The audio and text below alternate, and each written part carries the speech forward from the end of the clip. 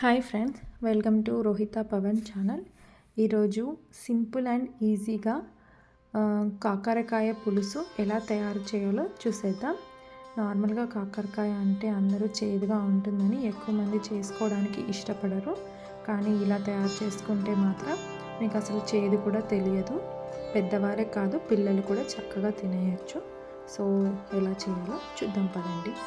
So దానికోసం 3 ఫ్రెష్గా ఉన్నటువంటి కాకరకాయలను తీసుకొని పైన కొద్దిగా చెక్కు తీసేసి చిన్న చిన్న ముక్కలుగా కట్ చేసి పెట్టుకోండి.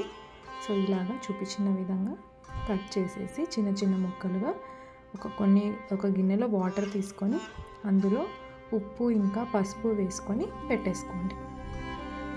సో ఇది చేయడం చాలా ఈజీ, మనకి ఎక్కువ పదార్థాలు కూడా ఏం అవసరం లేదు. ఇలా ఒక ఉల్లిగడ్డను చిన్న చిన్న ముక్కలుగా కట్ చేసుకోండి. నిమ్మకాయ సైజ్ అంతా చింతపండును తీసుకొని కొద్ది నీళ్ళలో నానబెట్టి పెట్టేసుకోండి. సో ఇది చాలా త్వరగా కూడా అయిపోతుంది అండ్ చాలా ఈజీగా కూడా మనం చేసుకోవచ్చు. సో నేను కుక్కర్లో చేస్తున్నాను. మీరు కుక్కర్లో కాకుండా గిన్నెలో కూడా చేసుకోవచ్చు. కుక్కర్లో చేస్తే ఇంకాస్త త్వరగా అవుతుంది. సో ఇలా కుక్కర్ పెట్టేసుకున్నాక నేను నా ఏ వంటల్లో కూడా ఎక్కువ నూనెను అస్సలు వాడను. సో నేను 3 చెంచాల నూనె పోసేసుకొని ఆ నూనె కాస్త వేడయ్యాక జీలకర్ర ఆవాలు వేసి కొద్దిగా వేగనివ్వాలి. అది కాస్త వేగాక మనం కట్ చేసి పెట్టుకున్నటువంటి ఉల్లిపాయలను కూడా వేసుకొని అందులో అల్లం వెల్లుల్లి పేస్ట్, పసుపు వేసుకొని కాస్త వేగనివ్వాలి. ఇవి మరీ బ్రౌన్ కలర్ అవ్వాల్సిన అవసరం లేదు. కాస్త నూనెలో లైట్గా వేగితే సరిపోతుంది. కాకరకాయ అనగానే అస్సలు నచ్చని వాళ్ళు చాలామంది ఉంటారు. కానీ మీరు ఇలా చేసి పెడితే మీకు అసలు కాకరకాయ చేదు అనేది ఏమీ ఉండదు. చక్కగా ఈజీగా తయారు చేసుకోవచ్చు, త్వరగా కూడా అయిపోతుంది. సో ఆనియన్స్ కొద్దిగా ఫ్రై అయ్యాక అప్పుడు మనం కట్ చేసి పెట్టుకున్నటువంటి కాకరకాయలను ఇలా నీళ్ళు అంతా తీసేస్తూ అందులో వేయాలన్నమాట.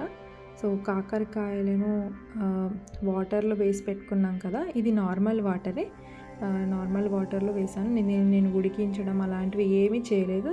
జస్ట్ వాటర్లో సాల్ట్ ఇంకా పసుపు వేసి అందులో పెట్టేశాను అనమాట. దీనివల్ల ఏమవుతుంది అంటే కాకరకాయలో ఉన్నటువంటి చేదు అనేది కొద్దిగా తగ్గుతుంది, మొత్తం తగ్గిపోదు. దీనివల్ల కొద్దిగా తగ్గుతుంది అనమాట. సో ఈ రకంగా అది వాటర్లో నేను బాగా వాటిని కడిగేసేసి ఇలా నీళ్ళు అంతా పిండేస్తూ మన ఆనియన్స్ ఏవైతే ఫ్రై అయి ఉన్నాయో వాటిలో వేసేస్తున్నాను. ఈ కర్రీని నార్మల్గా షుగర్ పేషెంట్స్ అప్పుడప్పుడు తినాలని అంటారు. కానీ చాలామందికి ఎలా చేయాలో తెలియక లేదా చేదుగా ఉంటుందని చాలామంది చేసుకోరు. కానీ మీరు ఇలా తయారు చేసి చూడండి, మీకు అసలు చేదు అనేది తెలియదు. మీరు కాకరకాయ ముక్కలను కూడా తినేస్తారు, అంత రుచిగా అవుతుంది. సో నేను కాకరకాయ ముక్కలన్నిటిని ఇప్పుడు ఇందులో వేసేసాను. వాటర్ అంతా తీసేసి సో ఇదంతా కూడా కలుపుకోవాలి మనం కొద్దిగా. ఇందులో నేను కరివేపాకు కూడా వేసాను. కరివేపాకు కూడా వేసాక మంచిగా కలుపుకోవాలి. ఇప్పుడు ఇందులో ఇంకాస్త చేదును తగ్గించడానికి చక్కెర వేస్తున్నాను. ఒకవేళ మీరు షుగర్ పేషెంట్స్ కోసం చేస్తే మాత్రం చక్కెరకి బదులుగా బెల్లం వేసుకోవచ్చు. బెల్లంని కాస్త దంచి వేసుకోండి. చక్కెర వేసేదైతే 2 స్పూన్స్ చక్కెర వేయండి అండ్ కొద్దిగా ఉప్పు వేయండి. కాకరకాయలో చక్కెర ఏంటి అని అనుకోకండి. చక్కెర కానీ బెల్లం కానీ వేస్తేనే అది చక్కగా చేదు అంతా పోయి చాలా టేస్టీగా అవుతుంది. మీరు చక్కెరకి బదులు బెల్లం కూడా వేసుకోవచ్చు, బాగుంటుంది. సో అది వేసేసాక బెల్లం వేసేటప్పుడు మాత్రం దాన్ని పొడిగా చేసి వేసుకోవాలి, అలాగే వేయకూడదు. సో కొద్దిగా 2 చెంచాల చక్కెర కొద్దిగా ఉప్పు వేసాక బాగా కలుపుకొని ఒక 2 నిమిషాల పాటు మగ్గనివ్వాలి. అప్పుడు మనకంతా చేదుపోయి ఒక మంచి సువాసన వస్తుంది.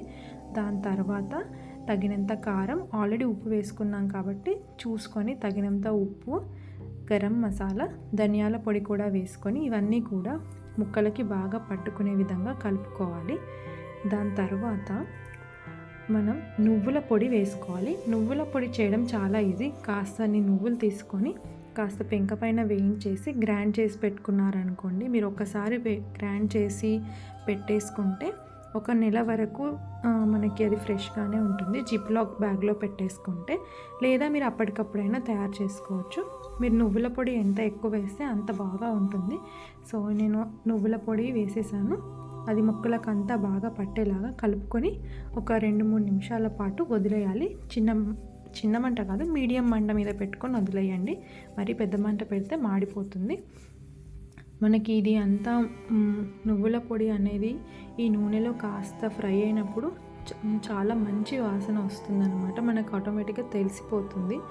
అదంతా కొద్దిగా చూడండి మెత్తబడ్డాయి ఇప్పుడు మన కాకరకాయ ముక్కలన్నీ. ఇప్పుడు మనం తీసుకున్నటువంటి చింతపండు ఉంది కదండి, అదంతా పులుసు తీసి పెట్టుకోవాలి.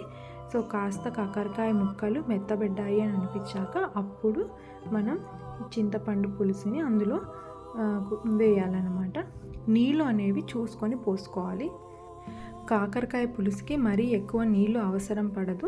చూడండి నేను ముక్కలు మనకు కనబడుతూ ఉన్నాయి. ఎక్కువగా నీళ్ళు పోసారనుకోండి పల్చగా అంత టేస్ట్ లేకుండా అయిపోతుంది. సో మనకి ఇలా ముక్కలు కనబడేలాగా కొద్దిగా నీళ్ళు పోసుకొని కుక్కర్ పెట్టేశాను. ఇప్పుడు కనీసం ఒక 4 విజిల్ అన్న ఖచ్చితంగా రావాలి. నాకు 4 విజిల్లు వచ్చేసాయి. ఇప్పుడు చూడండి ఆయిల్ కూడా తేరింది బయటికి. ఒక్కసారి దీన్ని చక్కగా కలిపేసుకొని కొత్తిమీర మాత్రం తప్పకుండా వేసుకోండి. మీరు కొత్తిమీర వేసుకుంటే అది ఒక మంచి టేస్ట్ అనేది వస్తుందన్నమాట కాకరకాయ పులుసుకి. సో చూడండి ఎంతో టేస్టీ అండ్ హెల్తీ, అస్సలు చేదు లేకుండా కాకరకాయ పులుసుని మీరు ఈ రకంగా తయారు చేసుకోవచ్చు. ఈ రకంగా తయారు చేసి పెడితే పిల్లలు కూడా చాలా ఇష్టంగా తింటారు. ఇది అన్నంలోకి చాలా బాగుంటుంది. మీరు కూడా తయారు చేసి మీకు ఎలా వచ్చిందో ఈ రెసిపీ కమెంట్లో చెప్పండి. మీకు ఈ రెసిపీ నచ్చితే నా వీడియోని లైక్ చేసి షేర్ చేయండి అండ్ నా ఛానల్ని సబ్స్క్రైబ్ చేయడం మర్చిపోకండి. Thank you. బాయ్.